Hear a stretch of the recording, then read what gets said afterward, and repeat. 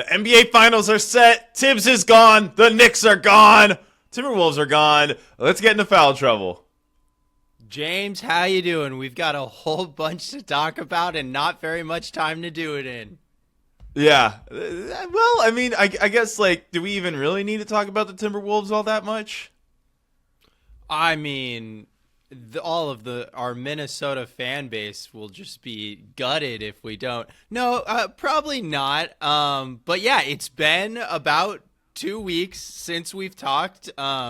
This has just been like an insanely crazy time for both of us. But luckily, we're able to reconvene just in time to talk about this, really, I don't know, kind of surprising. I don't think anyone saw it coming before the season finals matchup, but which should be, I don't know, at least relatively entertaining. I at least think they're the two best teams from the playoffs this season, which I don't think we can say every year.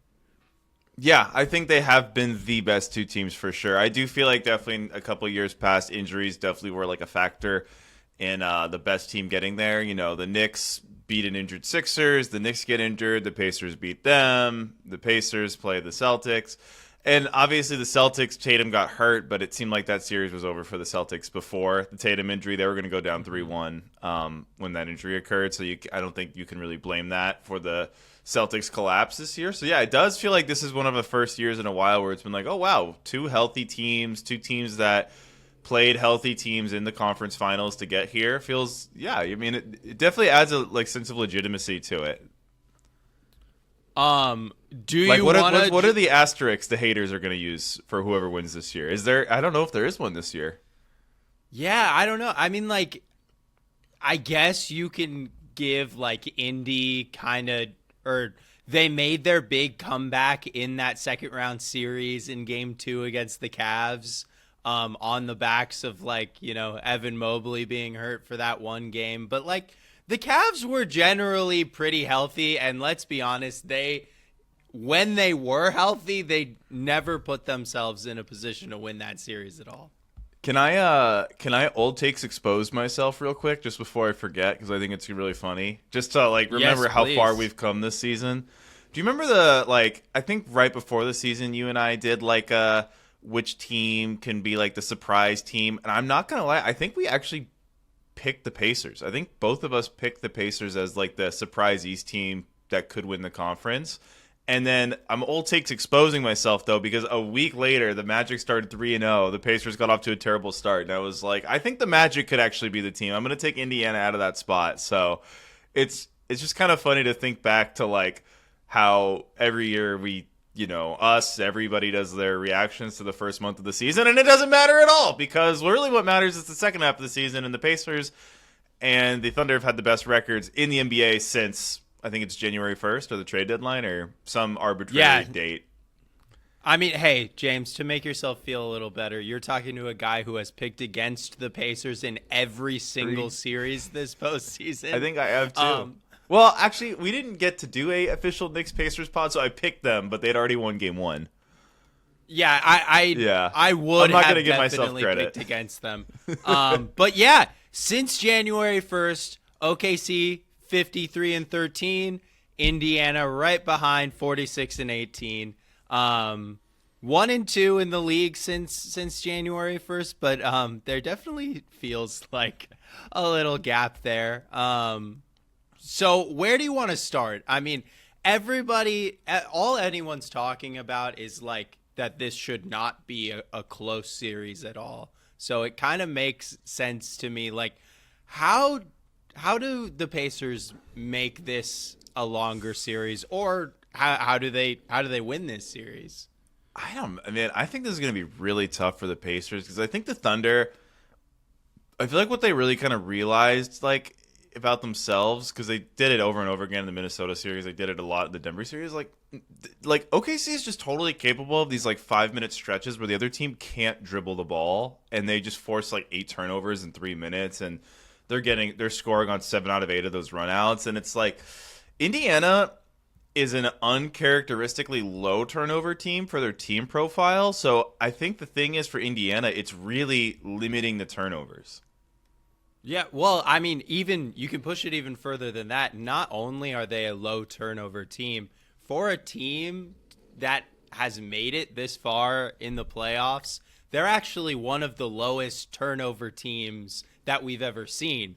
The only problem there is Oklahoma City actually takes care of the ball even marginally better than they do. So I just think it's the kind of thing where it's like the Pacers are obviously this like really cool, unique team that, I mean, we really don't see succeed on the playoff stage, especially to this extent. But Oklahoma City can do all of their strengths, but better than the Pacers. I did write down 3 points that I think could help the Pacers make this series a little longer.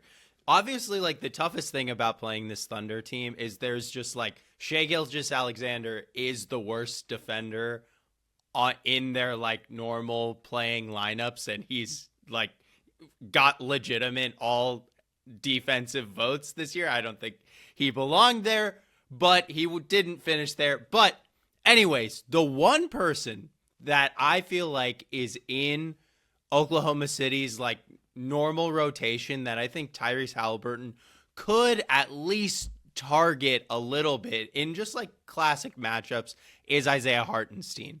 I think there's a small percentage chance that this just might not be a Hartenstein series.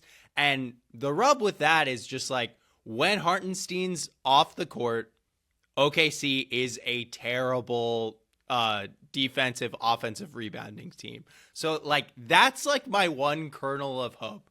If the Pacers can really, really target Isaiah Hartenstein from their guard positions and like be successful with that to play him off the court, they may have the chance to win the rebounding battle in a way that Oklahoma City just has to play like near perfect basketball to like blow them out. But there's a lot of ifs right there. Ooh, I can't hear you. Hello. Okay. I got you. We're back. Okay. I think what's interesting about this series, to your point, is like I feel like the typical weakness of the Pacers that we've seen kind of since I'd say their in-season tournament run last year, where they were kind of coming onto the scene, is it's rebounding has always been the one thing that you can kind of beat them up for is their rebounding. And I do feel like that's a great point that if they can attack Hartenstein and try to neutralize the rebounding advantage that Thunder will have, that will give them a chance. I'm just worried that the turnover advantage they normally have and the like pace advantage they have is just going to be really nullified. Well, and I also wonder too. If if you're the Pacers and you're gonna I guess not totally give it up, but you're gonna sacrifice some of those transition possessions for like slow it down, find the pick and switch possessions. Does that kind of play into the Thunder's hand by letting the Thunder be the first team who's like, hey, you're finally not dictating the terms of engagement because you want to attack our one weakness, but by doing so, you're kind of disengaging from what you like to do. Well, I don't think the Pacers can slow it down. Like it's just like so not in their nature. Like they're the like push off makes, that's just what they've like earned their stones on. They are literally the Pacers. Exactly. So my thing is like OKC, like obviously they have such an incredible transition defense.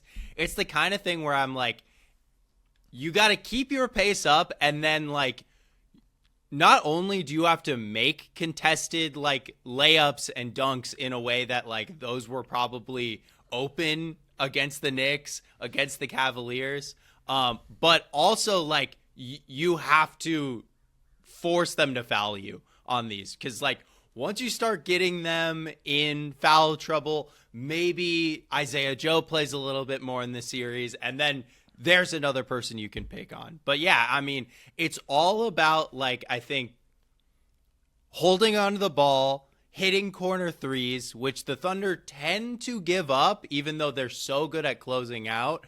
And Indiana is really good at hitting corner threes. I think they're making like 45% of their corner threes in the playoffs. But all these things are like so like hot and cold things that are hard to depend on, you know?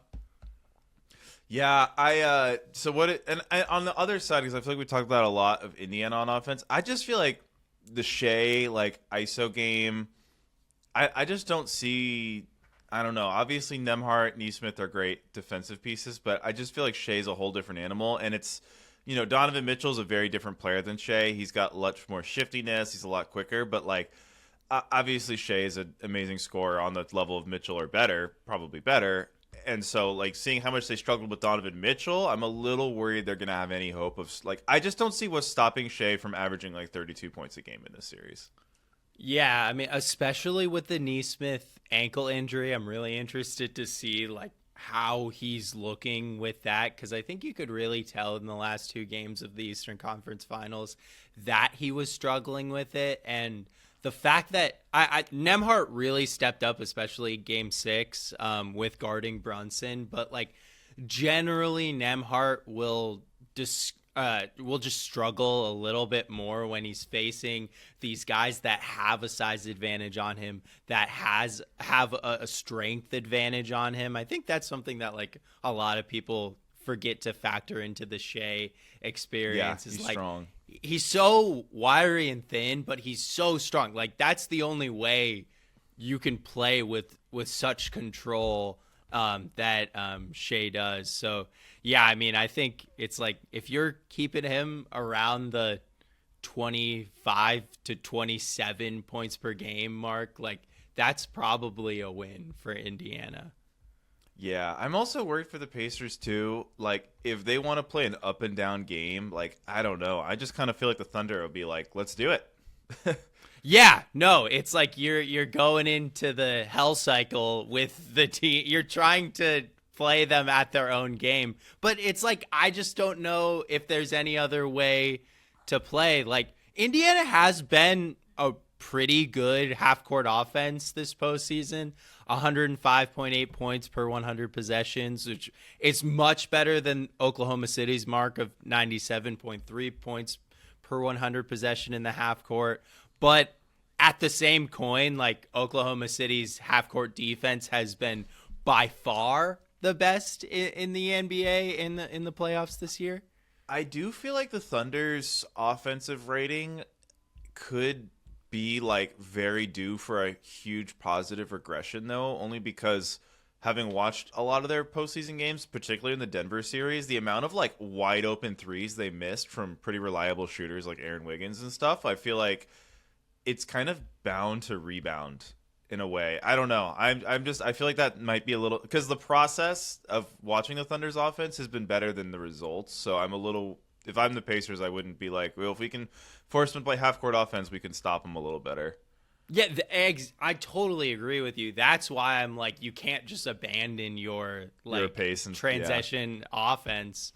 But yeah, I also looked at like during the regular season this year, what teams like struggled the most against OKC.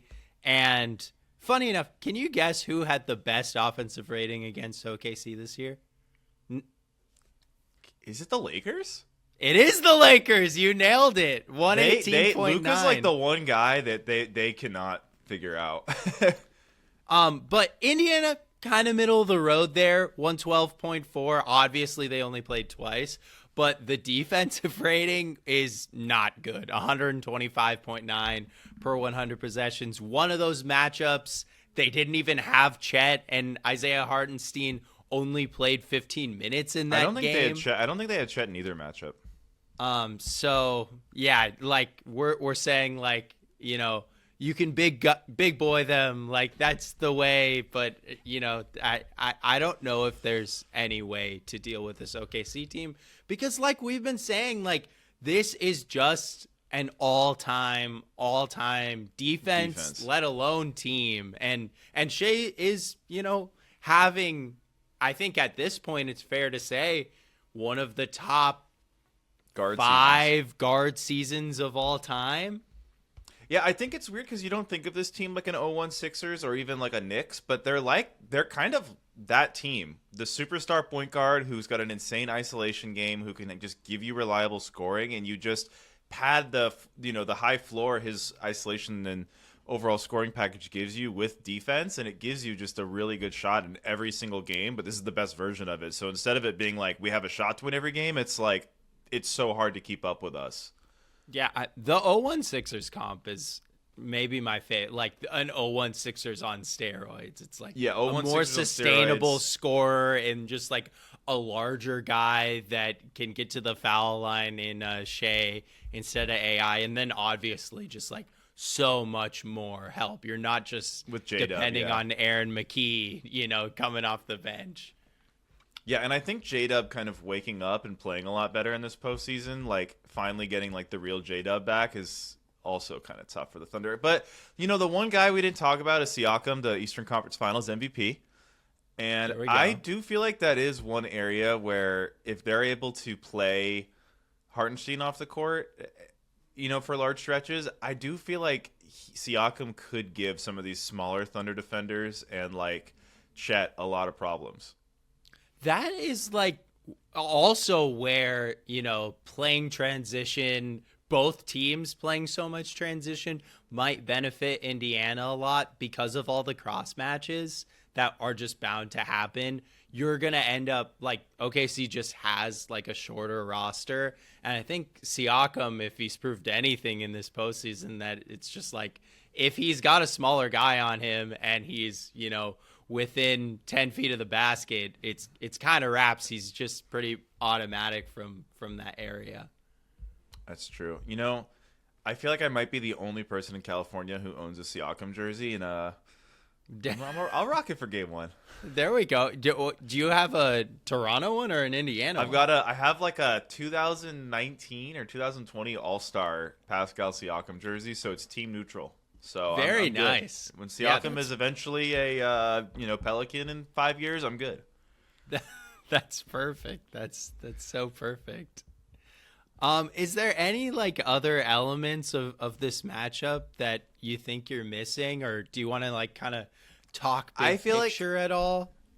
I feel like one thing I want to see from Indiana, I think they cannot doubt Indiana's resolve, like with all these 8-point comebacks in 1 minute. There's no way you can doubt the resolve, the intensity, the mental fortitude of this team.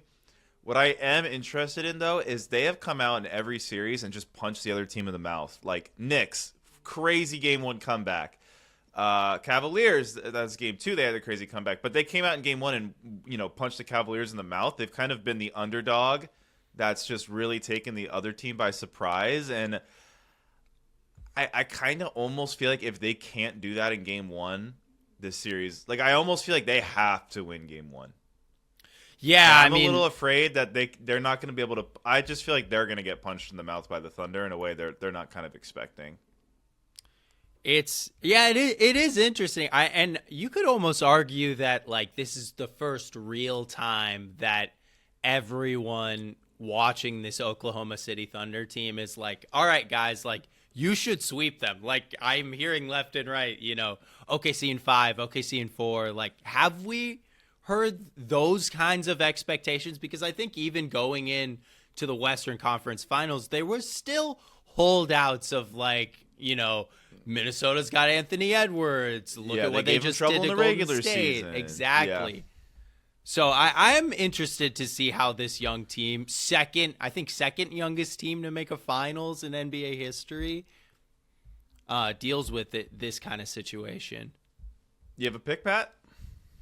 Oh, yeah. I mean, I've been saying OKC for months now. I think I'm leaning – I feel like it's a little bold. I'm leaning like OKC in 6. I think there will be some blowouts there, but Indiana, I don't know. Like you said, the resolve, I believe – I wouldn't be surprised if it was OKC in 5, but I can see Indiana picking up 2 games on them. I'm really hoping this goes 7 and we get a classic, point guard duel in game 7. But Patrick, I got OKC in 5, and I think OKC wins 3 of those games by over 10 points. So can we do quickly just like a who has the most to gain legacy-wise draft from this series? Sure. Do you want the first pick or can I have the first pick? You can have the first pick. Okay. I think it's really hard to overlook Shea in this conversation just because of how young he is, how how amazing his series has been. We've already kind of touched on that, but I think with my first pick, I'm going Rick Carlisle. Obviously Rick Carlisle is a great coach. He's done it for years and years and years now. Already has maybe the biggest upset in NBA Finals in our lifetime, leading the Mavericks over that first year Heatles team.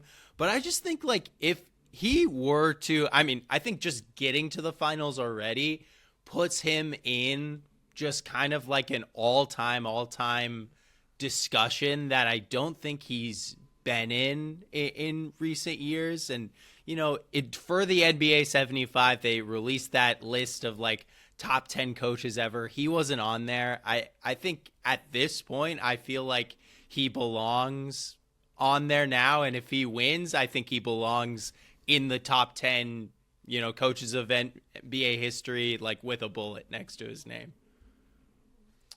Okay, I got Shea. I feel like, this has been an era of parity. Everyone is winning one championship. What makes this championship different than I think the Celtics won and the Denver one was coming off the Denver championship. I thought they were going to go back-to-back. Coming off the Boston championship, I thought they were going to go back-to-back. But I didn't think it was going to be like a 6-year run for either of those teams, just given the age, the cap situation of their roster, their asset situation, et cetera, et cetera. Obviously, with the Thunder, everyone's super young. The cap situation's great. The draft pick situation's great.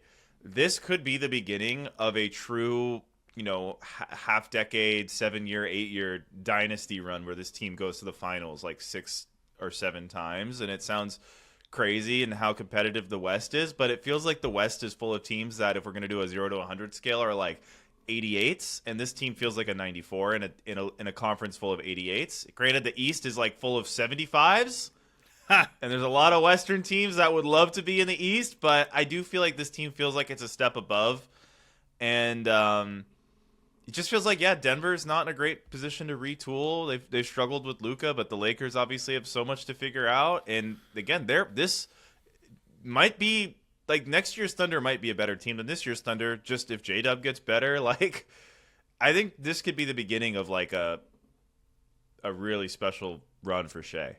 I love the delineation that you kind of made there, because I have been kind of laughing at myself this week thinking about those, the Celtics and the Nuggets the last 2 years, because that was just the general sentiment about both of those teams, is that like this could be the start of a run for them. But it is different with OKC. It feels like I just completely agree with what you said. Yeah, it always felt like it was going to be like a 2 or 3 year run with those teams, but this feels like it's the beginning of an 8-year run, and that's what's scary for the rest of the NBA. Okay, with my second pick, I think I'm going to go with Pascal Siakam, and hear me out on this. Whoa. So obviously Pascal Siakam's a great player, and you could maybe say this if he wins or he loses, but I think it's just surprising the turn of his career in that, 6 years ago, I don't think we're thinking of him as a guy that you can't tell the story of the NBA in the 2020s without bringing up Pascal Siakam's name. And I think if they win this championship, correct me if I'm wrong, but I think he locks his name in to Naismith. I think he locks himself in as a Hall of Fame guy if they can win this. He's had years of statistical, right around that All NBA, All-Star area. Already obviously one championship under his belt, but winning another one on a second team as like the clear second best player, that's something we didn't even talk about. I think one easy way that the Pacers can make this a series is just simply if Halliburton and Siakam are two of the best 3 players in this series. But I just think he has a lot to gain from performing really well in this series. Wow, I'm a little I'm a big Siakam fan. Again, I'm probably the only Siakam jersey owner in the state of California. Patrick, I don't know how you don't take Halliburton here. I think if they win the finals, he's the greatest pacer of all time. Yeah, I the reason I overlook Halliburton there to Siakam is just because of his youth, because of how young he is. And I think, even if they lose this series, I would argue like and they never get back, I think he's got a good argument to be the greatest pacer of all time in a couple years. And I just didn't feel like he had that upside in the same way to just change the narrative on his career. But I assume that's who you're going up with for your third pick? I think for sure. I mean, I just think, the Pacers, if they were to win this title, and let's say they never do anything like this again, maybe a couple more Eastern Conference Finals appearances, maybe a finals appearance, but if they win a championship, the first ever championship for the Pacers, and, Halliburton pulls this off, I really do think he would instantly pole vault Reggie Miller as the greatest Pacer ever. Yeah, I mean, I think that's fair, and I think that's totally the right pick there. Maybe this, or I just want to bring up one more person in this conversation. I don't know if you have any other people you want to hit, but my last guy that I want to throw into this is just Sam Presti. Yeah. Obviously, like, he's maybe the greatest GM of all time, and I think there's going to be a lot of time to solidify that over this 5-6 year window that the Thunder seem to be like gearing up for. But like, he hasn't won a championship yet, and I think once he does that, we'll be able to respect that and look back on it in a way that we just haven't before. And it is crazy what he has been able to do. And I think you can point to the Paul George trade, but like, it's been so much more than that. There's been windfalls in NBA history of, great trades that pay off really well for a certain team, but the place that they have put themselves in, I think back to like the Al Horford trade that, they end up getting a first round pick for. I think of just like so many little trades around the edges, and then the drafting, being able to get Chet and J-Dub in the same draft is just like, that's some Red Auerbach shit right there. Yeah, no, I mean, Presti for sure. I think the one guy, after those 5 guys that we've just drafted, so I guess I'll get the final pick. Miles Turner, just like a guy who's been with the Pacers for 10 years, a guy who has been involved in trade rumors, it feels like for 8 of those years, a guy who at times it was like questionable, like, it's cool, he blocks shots and he shoots threes, he seems really ideal, but he struggles on defense against these bigger guys at times, and do you really want him shooting that many threes a game?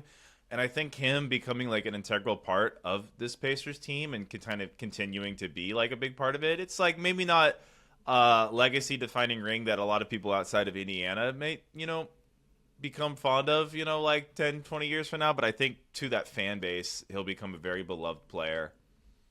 Absolutely. And you think of like the roller coaster of his career, like 4 years ago, he's going on podcasts lobbying for the Lakers to trade for him. And it is very surprising to see where he has landed at this point. Yeah. Yeah, I mean, he's got to be like, a top 10 longest tenured on the same team guy in the NBA. For sure, 10 years. Trying to look up exactly what it is. But either way, I mean, I think any other thoughts on the finals before we kind of segue over to this Knicks chaos? No thoughts. I think this finals is really going to set up as Shams has reported, a really hectic offseason. Oh, I'm so excited, James. I'm so excited. And some could argue that hectic offseason has already started with the firing of Knicks head coach Tom Thibodeau after 5 seasons at the helm. Obviously, the icon of stability for a Knicks team, a Knicks franchise that had just been unstable for pretty much our entire lives. He brings them to the conference finals for the first time since 2000 and is rewarded by being given the boot. What were your first reactions to this move? Good move. Okay. Did Elaborate. they hire Mike Malone? Bad move. But no, I mean, we talked about it. Tibbs basically does no experimenting with his lineups the entire regular season. They get to the playoffs. Their offense is just Brunson ball. You've got guys like OG Anunoby, Mikal Bridges, Karl Towns. Like, these guys can play. Like, they should be involved in more offense. I feel like the whole year people were like, you gave up all these picks for Mikal Bridges and you're just going to have him stand in the corner. Like, this isn't Alex Caruso on defense. Like, this guy is not that echelon of defender. He's, so if you're going to bring him in for his abilities he kind of seemed to develop as a Brooklyn net. You know what I mean? So, and I feel like the best moments of the Knicks are like OG Anunoby cutting to the rim with his big size, like Karl Anthony Towns like getting involved. And it feels like all the cool little things that all their guys can do are just taken away from just, let's just all stand still and watch Brunson, who, again, I love Brunson as a scorer, but as I've said in this podcast, he's not a great playmaker. Brunson is not a great creator for his teammates, so I don't think playing through Brunson in this fashion is the best way to go about this team. So, and I just think Tibbs really didn't put them in a position. Also, their bench is not that bad. These guys should play more minutes. Yeah, it was really interesting, especially so late in the playoffs to turn to the DeLon Wrights and the Landry Shamits of the world, which obviously there's a reason those guys are making the minimum. But for a Knicks team that was kind of desperate for, at least some kind of answer at guarding the guard position, it felt insane that they waited so long. I think this is still a move with inherent risk. I think one of the hardest things about being an NBA head coach is just having your locker room and having the respect of your team, which it seems like for the most part Tibbs had throughout his tenure of being the Knicks head coach. There was those weird little Mikal Bridges things that popped up midway through the season this year. But I mean, looking at it historically, this is I think there's 2 things, and I was so mad. I came up with this yesterday. I even told you, James, I was like, I got some fun historical comps. Then of course I turn on the Bill Simmons podcast and he's got the exact same one in mind because he's the GOAT. But I look at two coaching moves in NBA history.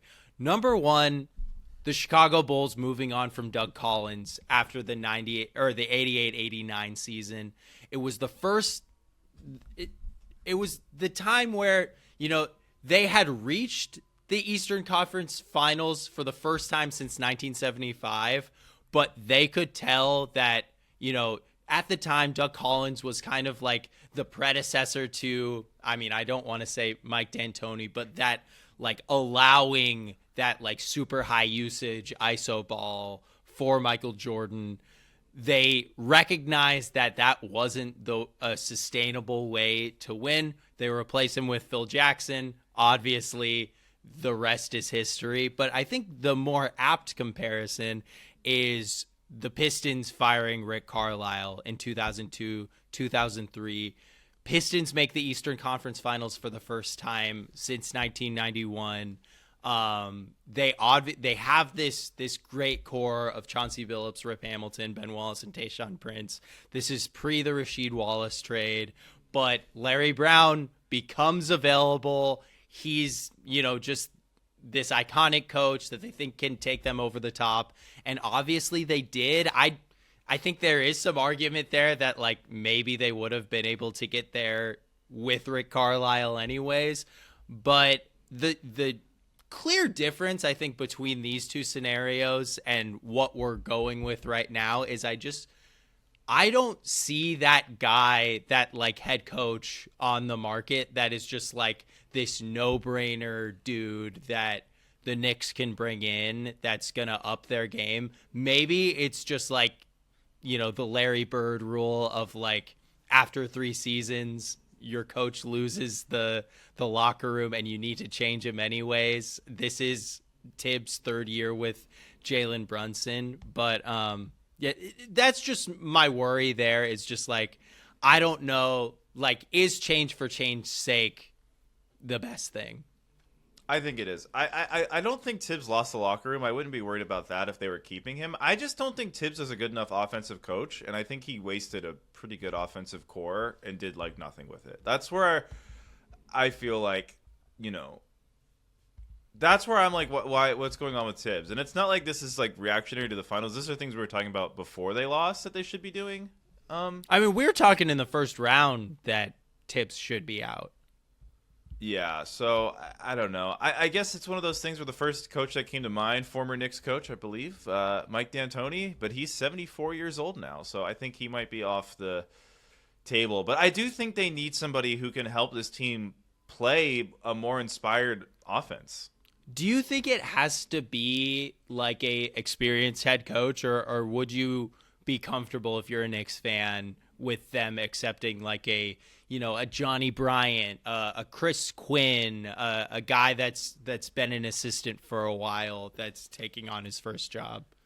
I feel like with Brunson being the leader of the team, I feel like his head's on pretty straight. Seems like a very understanding guy, and I feel like a guy who could help a young coach rally a locker room. So if I was the Knicks, I do think I would opt for the young offensive genius coach and just trust in the team player infrastructure headed by Brunson to kind of keep the ship headed in the right direction, because that's the vibe I get from Brunson.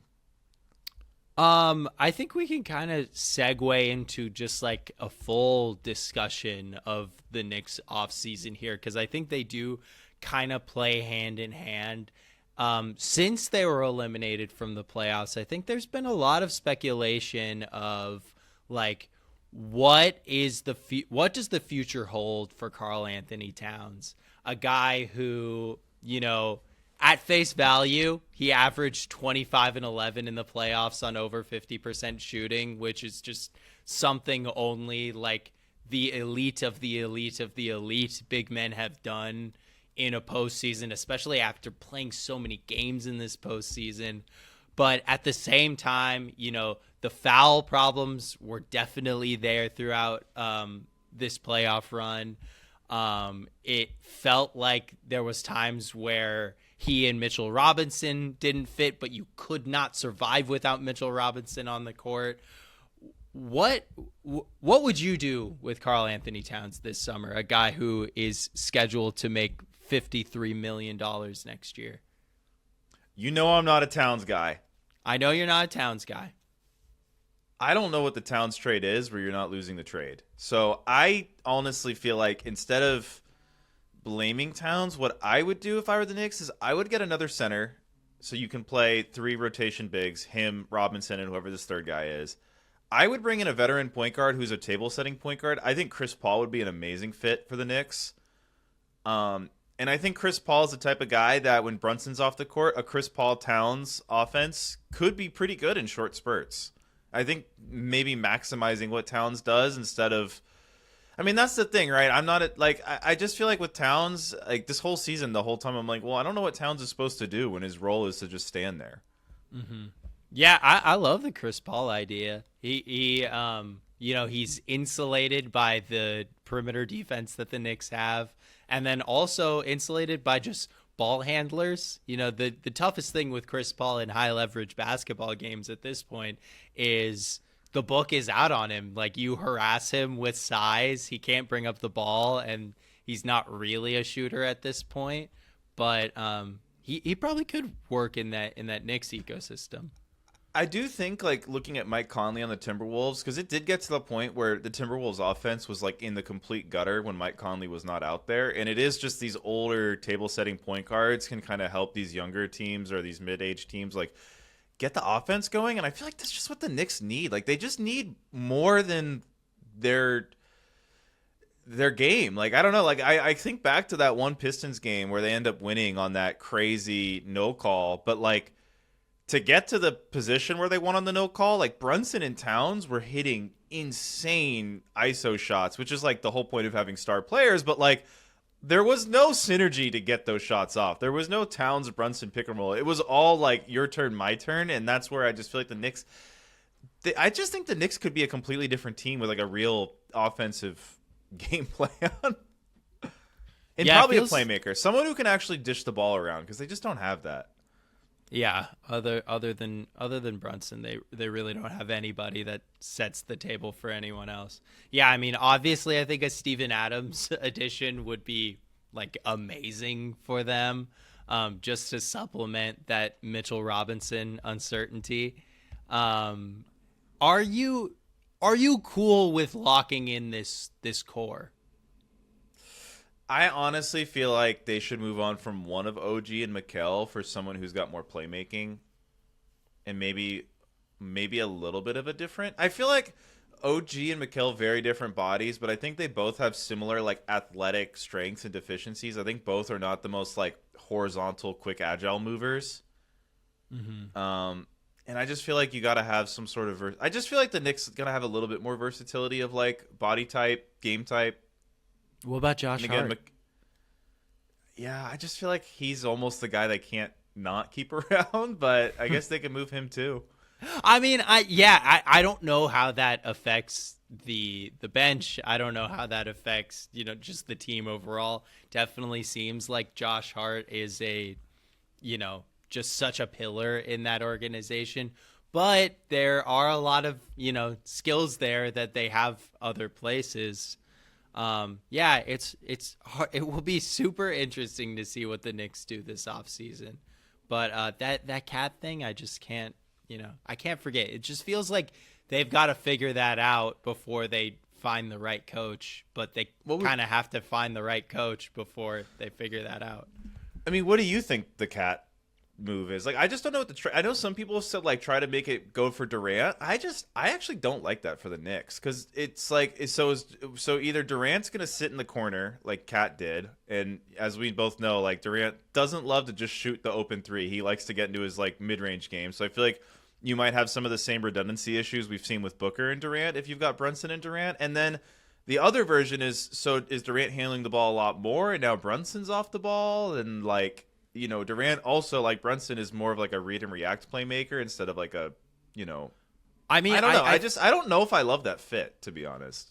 I think the thing about KD is he obviously offers the same spacing that Cat does.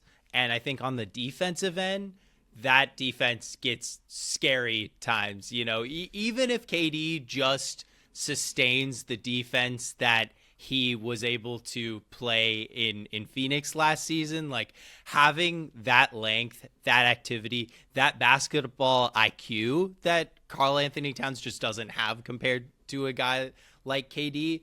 The other thing that I think is interesting about like a KD option is like KD is only under contract for one more season. So like, can you get him on like, an extension that's a little bit more years centric than dollars centric?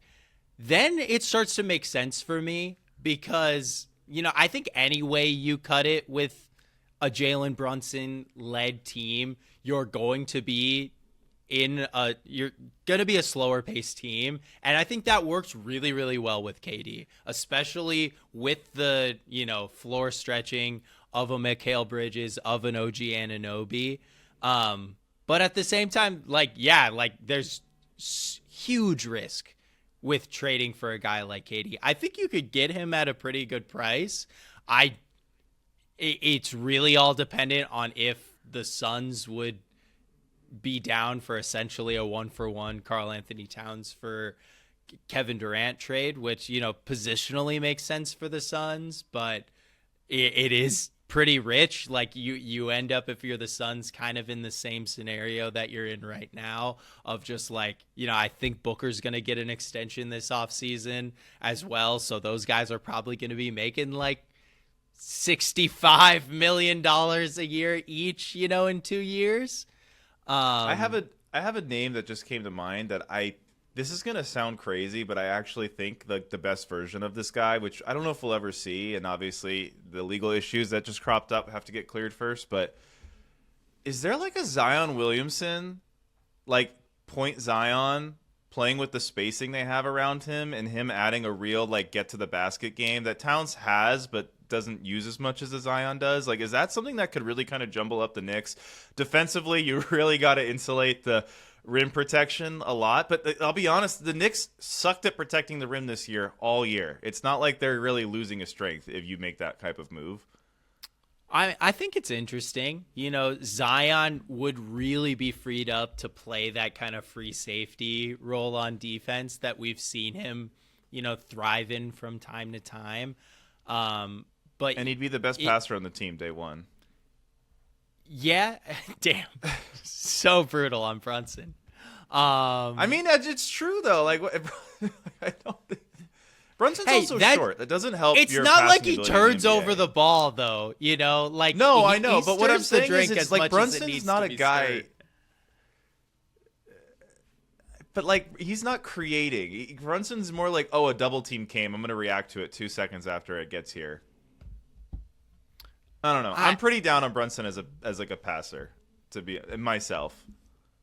But also, like, that dude is like, 35 a game in the playoffs. No, he's a boss. Toughest. Yeah, he's a top tier scorer. I'm like, a Jalen Brunson fan. I'm also a realist though. But you just don't need that from him. It's like, I don't think necessarily, and maybe their offense was a little bit of the problem there, but I think it's probably coaching more than anything. That's true. It could be a thing of coaching too. But here, he's a better passer than this player, full stop. But this kind of reminds me of, you remember that year, like 2 years ago, when Joel Embiid was up to like 5 assists a game and people were like, oh, his playmaking's getting better. But it's like you watch a Sixers game and he still throws 2 passes a game that are 10 feet over the guy's head. Yeah, but Brunson's not doing that. But I just mean, like, I don't think the assist numbers are a reflection of his passing ability. I think they're really just a reflection of his usage rate. Yeah. Yeah, I don't know. I just think, like, his, like, scoring creation just, I don't know. It's just as good, like, as I don't know, creating for others because he's just so dominant. And he doesn't turn the ball over that much. So I'm not too worried about it. I don't know. I just feel like there's like 2 types of playmakers in the NBA. There's the ones who kind of create things as they see it happening, and there's like read and react. And I think he's much more of a react guy than a proact guy. And I think they need a proactive playmaker is kind of where I just think the Knicks need that. It's a tough thing. It's a tough thing to find. Usually those guys are skinny and can't play defense. That's true. It is weird. Why does that always happen? That's probably, I mean, I know this kind of goes into the whole Tibbs being fired thing, but I don't know how much you know about Tyler Kolek and him coming into the draft, but that was a guy that the Knicks drafted last season, and I mean, that is just Tyler Kolek to a T. He is like a point guard's point guard. I think if he can grow a little bit there, he's kind of the perfect guy to fill that role, step up. Obviously, that's asking a lot, but he was, I think, a first-round pick for them. And a little bit older of a rookie. He's already 24. But I don't know what the Knicks do. I mean, me and you talked about, can they try to do something for Giannis? But I just don't think Milwaukee's interested in bringing Towns onto this rebuilding project. I don't really know who the other, and even my Zion hypothetical one, you're really banking on like Zion being healthy, which if you're the Knicks and you're at this stage, I don't think you want to bank on that. Like, truly, I don't know where you're going to go with all this. Yeah, it's like, does a 1-for-1 star trade change you very much, if at all? Probably not. Let's be honest. And then like the other option is, do you trade Cat to, X team for depth? Does that make you that much better? I don't know. Like, I think in the regular season, I think it probably makes you substantially worse. But it's just so hard to say. And then there's also, if you hit the right guy with the coaching change, then, everything's different. You unlock McHale, you unlock OG. But also, it's like they had insane injury luck during the playoffs, OG was fine. What's their center's name? Robinson was good. So, keep those guys healthy. To your point, though, like how much of a change coaching can make, because this is the one I always think of, is like close your eyes and picture the like 2013 Golden State Warriors. And it's like every game they're running like 6 Klay Thompson post-ups a game. And the commentators are like, well, Klay Thompson's 6'6". It's really good. They're developing his post-game. Like, what a move by Mark Jackson. And you're like, is this really the best use for Klay Thompson? And then a year later, Steve Kerr comes in and Klay Thompson is instantly transformed into basically a sub-superstar shooting guard. Yeah. All just because of a coaching and style change. So I do think with how much talent this team has, I don't know. I think I'd keep Towns one more year. I would too. I just feel like it's like you just shove him in the corner and you're like, oh, it's all Towns' fault. Like, again, I'm not a Towns guy, but I don't know how you could really just be like, this is all Towns' fault. Like, yes, he made his foul trouble mistakes, but I feel like he did it less this year than he has in years past. Like, I don't know. I just feel like you got to give him one more chance if I was the Knicks. This dude was the second best player on a Western Conference Finals team last year and an Eastern Conference Finals team this year. He won them games in every single series of the playoffs. And like, I get that he's aesthetically like just the worst, like least pleasing personality player ever, but like, I don't know. I just think that guy's good and he produces, and numbers don't lie with that guy. Yeah. But all right. I think that's are you ready to segue into hot streak shooting slump? Or not hot streak shooting slump. Best take, worst take? Best take, worst take. Yeah, I have my worst take. Oh, what was your worst take of the week? Oh, you really want to know? I really want to know. It's not that. It's honestly, this is not a great one compared to weeks past. I got Jeff Teague. Oh, what did Jeff Teague said, I think SGA saved the NBA. He saved the NBA because the NBA is a copycat league, and he perfected the mid-range game. Kids get crucified for wanting to shoot the mid-range, not a 3 or layup. Him being the MVP and his go-to shot is a mid-range. He literally just saved the NBA. Again, someone who completely doesn't understand analytics, which I don't understand how you can be in the NBA in this era and not have any monochrome of interest to talk to your team's analytics guy and at least try to understand. The whole point of getting rid of the mid-range is we're not getting rid of the mid-range. We're getting rid of people who shot 35% at the mid-range from taking the mid-range. The superstar players of old, Kobe Bryant, Dirk Nowitzki, kept taking the mid-ranges. After that, players kept taking the mid-ranges. LeBron James has never stopped shooting mid-range shots. Kevin Durant has always been a heavy mid-range shot diet guy. Jalen Brunson, an amazing scorer. Shai Gilgeous-Alexander, an amazing scorer. Both averaging near 30, take a ton of mid-ranges. It's not that we've gotten rid of the mid-range. It's that we've gotten rid of the mid-range for the non-star players. And the reason is the mid-range jump shot is meant to be the quote-unquote bailout shot. It is meant to be the shot that is taken in isolation. If you're creating a mid-range jump shot on a catch and shoot, your spacing is terrible. Kawhi Leonard won the finals MVP and championship in 2019 on the back of the mid-range. The Suns made it to the finals in 2021 on the back of the mid-range. I am so with Nikola you, man. Jokic, a ton of mid-range jump shots and floaters. Yeah.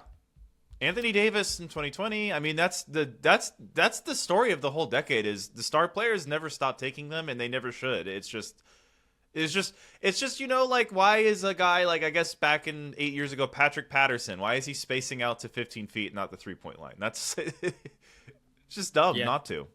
No, I mean, yeah, people just like to oversimplify, change in making it something that's scary when in reality it's not scary and it is actually making the game so much more beautiful. Without scaling back on the mid-range, you don't get Ja Morant and his amazing dunks as often. You don't get Anthony Edwards attacking the rim as much as he has and all of his highlight plays. It just doesn't happen because it's so clogged in there, and players are just getting stronger and faster and bigger. And if you're not taking those guys out of just being parked in the paint because everyone's trying to get their mid-range on, it just makes the game so much worse. Yeah, it makes the game worse. I mean, that's the thing. It's just we're taking isolation possessions from players who are not good at isolating. Again, it's like mid-range jump shots really don't occur on catch and shoot. No. I mean, I guess it's they weird used when to, they do. but They used to, but it'd be weird to do that. But also they usually come as a result of an ISO or pick and roll. Yeah, so much was different when that shot was, a more serious thing. Is the illegal defense rules were there, so it was you couldn't double, you couldn't do zone. The NBA is just so much more different, so much more complex, in a way that I don't think people would like if it was taken away at this point. Okay, my worst take of the week, I'm giving it to Ben Stiller, who quote tweeted a Bleacher Report post of Halliburton walking into Game 6 with a black duffel bag, and they said Hallie pulled up to Game 6 in an all-black fit, and Ben Stiller quote tweeted that and said, "Good thing he brought his duffel for the flight to New York." Well, he did not go back to New York because they won the series, and Tyrese Halliburton hit him with the quote tweet, "Nah, was to pack y'all up," which was just so good. Such a great clap back. I gotta say, I will. What? Oh, his I thought I won the Eastern Conference Finals moment. No, I thought you were going to get Ben Stiller for, I guess he got upset about Pat McAfee, riling up the crowd. He'd be like, us New Yorkers would never do that. And it's like, dude, we get a 2-minute montage of people screaming obscenities every time you guys play a basketball game. That was on my radar. It was just more than 7 days ago at this point. Oh. But yeah, I was right there. I am actually so excited to share my best take with you. I feel like you probably saw it, but I think it's honestly I think the best take of the year. Whoa. Are you ready for this? Was it for me and you? No, it was from Nick Wright, believe it or not. Whoa, okay. So Nick Wright proposed on his show that he thinks a new rule for the NBA should be the moment any player on the court does the twirl their finger challenge accepted, it is immediately taken as a challenge. Just like how any player can call timeout, and if you call timeout and you don't have a timeout, that's a technical foul. It's the same thing with challenges.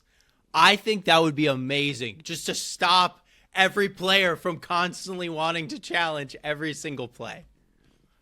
I love when it's 5 minutes left in the first quarter and some role player you've never heard of does the twirl, and you're like, dude, your coach doesn't even know your name, buddy. Yeah, and it's it's just like a possession thing. It's not a foul. You just don't want the ball to be out on you. Yeah.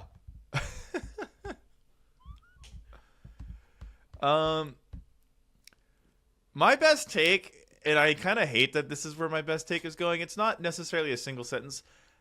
The Mind the Game podcast had a long discussion about youth sports and about how, especially with basketball, I think it is becoming a little overly competitive. If you go on Instagram, you see a lot of kids really making fun of each other playing the sport instead of just playing the sport and having fun. And kids are specializing, and I do think basketball is have a bag culture and being overly competitive culture. And at the youth level, I'm not talking about the NBA, at the youth level, not being fun is kind of a problem, especially the over specialization because it's getting so competitive. And just the notion that I feel like youth sports culture for especially basketball in America is in a really, really bad spot. Having said that, the Mind the Game episode with Luka Doncic might have been the most boring 35 minutes of media created, and you guys are all welcome. I listened to it on your behalf. Thank you for doing that. Yeah, I mean, I'm so on board with, youth sports culture being kind of whacked out. Like, I mean, we work with a lot of like youth athletes, like in my job with Jesser and Bucket Squad. And it's crazy. Like every single one, like even kids that are like 6, 7 years old have like these managers, and they won't get up out of bed if they're not seeing like 4 or 5 digits. And it's like, whoa, like, don't you just want to like play basketball and have fun? And like, what's going on? Yeah, no, it's too much. Also, just the wear and tear on these guys' bodies is insane. Like, that's the reason so many NBA guys are getting hurt. It's not because of what they're doing in the NBA. It's because of what they did growing up. Like, they're playing 2, 3 high-level AAU games a day when you're at 16 years old, and half the kids on the court are running up and down and dunking. It's a lot on your knees to do that 3 times a day and not let your body rest and recover. It's just not... I don't think it's good, and I think a lot of research has shown that playing multiple sports is better for injury prevention too, so I don't know.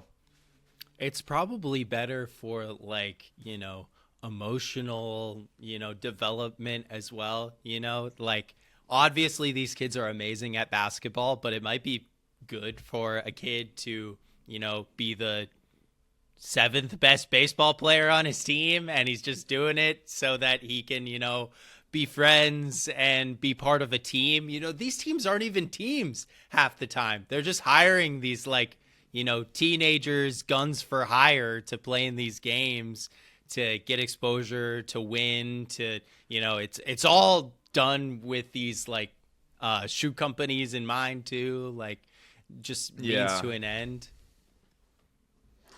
Well, that was a little depressing direction for a best take. Yeah. That's okay. That's okay. We got Nick right holding us down. All right. Hot streak shooting slump? Hot streak shooting slump. Patrick, I am on a hot streak. Let's go. Why are you on a hot streak? Why am I on a hot streak? I'm on a hot streak because when I spent the weekend doing apartment tours, so Saturday do my allotment of tours, first place cancels. And I got to say, apartment tours in LA are just, there's something else, Pat. There's one apartment I wanted to see so badly. I messaged them. My girlfriend messages them. They message us both back. I'm like, okay, cool. Coordinate with her. They just ghost her until this morning. But we'll get back to them. But it's like our dream apartment. It has everything we want. We're like super bummed out. They just keep ghosting us. So we're looking at places and like, I feel like in LA, it's like either you get the size, but the finishes are horrible and it feels a little dirty, or you get the finishes, but you're living in like a really, really small apartment, or you have no outdoor space. So we're looking at place after place. And there's always something weird. Like we saw this one townhouse, Pat. It's like everything's perfect. We get in the master bedroom. The master bedroom has a door that leads straight outside.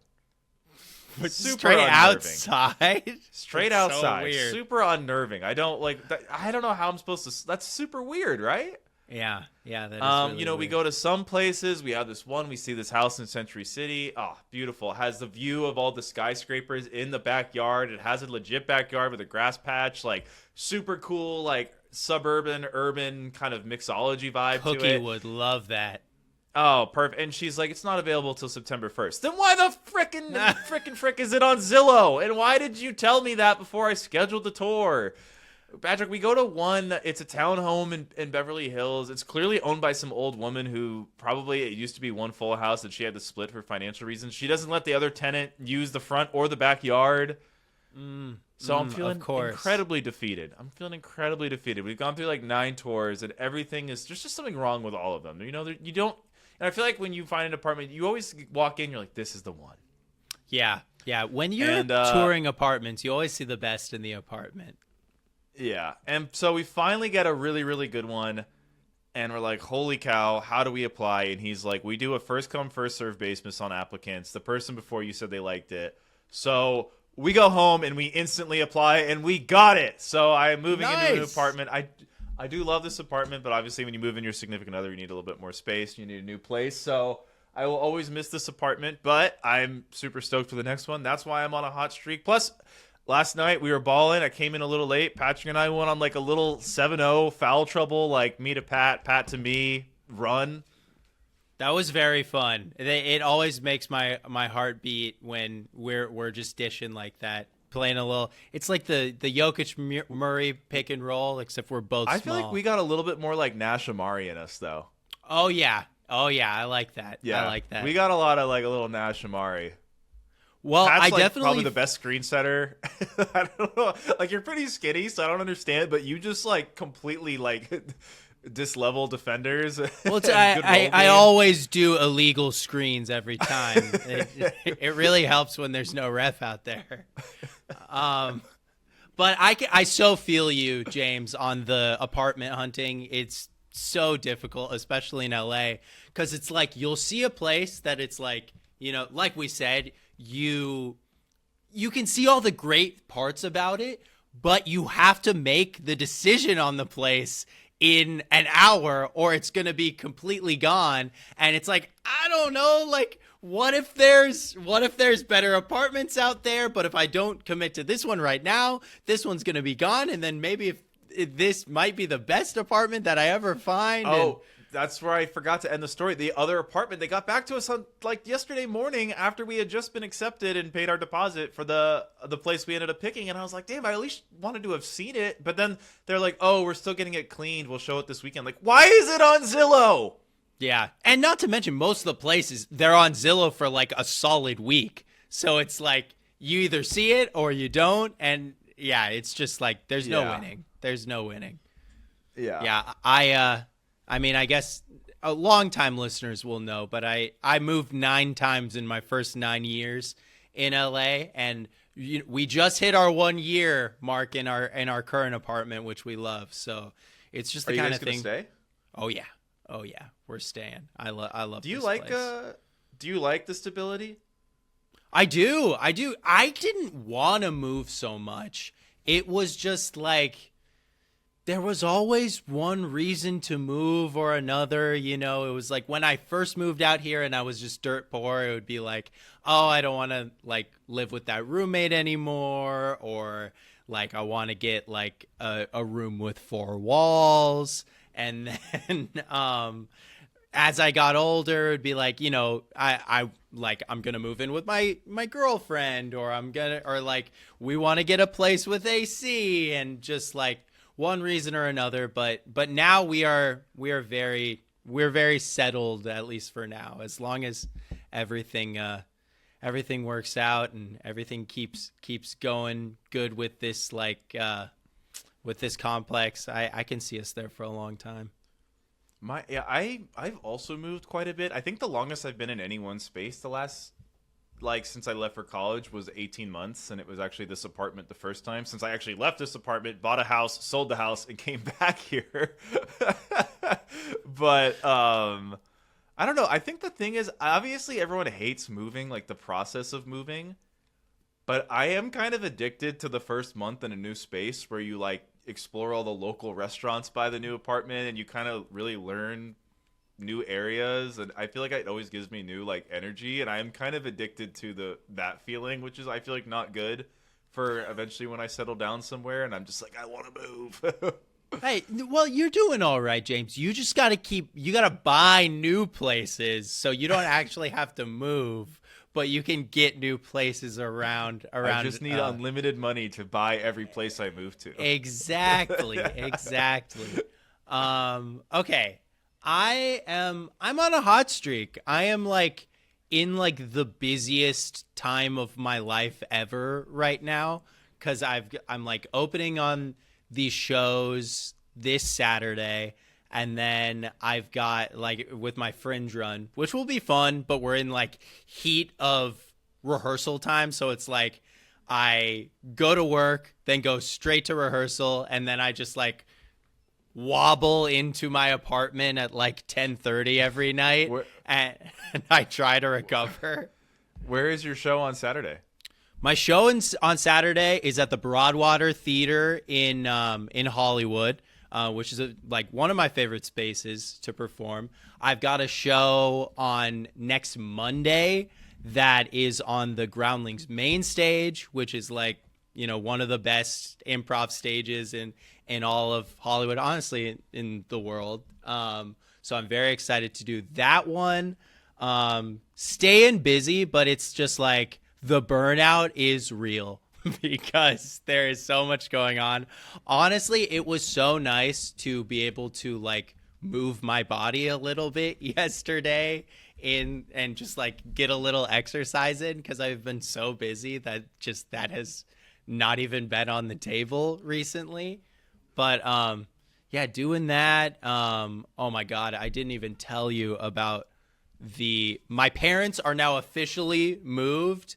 They're Californians? Out here. They're Californians. That is very exciting. It was kind of sad to say goodbye to my childhood home, but I'm excited to have them out here.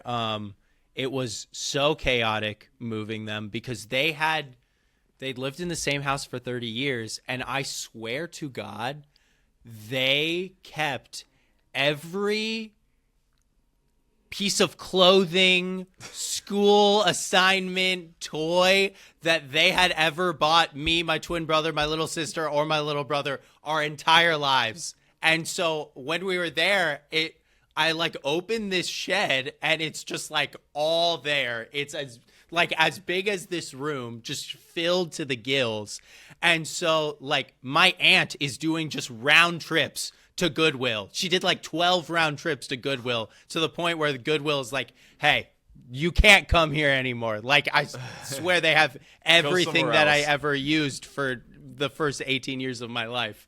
But it was a weird, like, you know, trip down memory lane of just like, oh, I remember this toy. Like, I remember this shirt. But it's good, you know, new things, new life, and staying busy, staying active. And then, of course, NBA Finals, baby. Let's go. I'm ready. Thursday. Yes.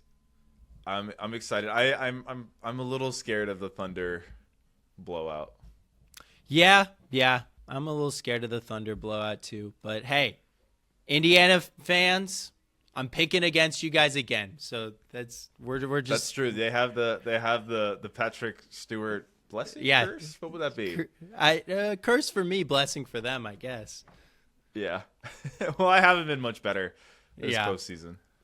At least you took them over the Bucks. No, I didn't. I took the Bucks with you. Oh, you did? Oh, okay. We Never mind. both said like Giannis redemption hour, and we were both well, Giannis actually was incredible in that series. I will say that. Yeah. It was not for lack of Giannis. We both nailed the Giannis plays awesome narrative, but didn't matter. Yeah, not the final score. Yeah, we forgot that it was a team sport. Who knows? Next time we talk, we might like have a good feeling of where Giannis is going to play next season, where KD's going to play next season. We might have a champion, or damn near close to having a champion. Lot of good things coming up, so stay tuned on the Foul Trouble podcast. We'll bring you through all of it. Yes, sir. Talk to you guys later. Peace.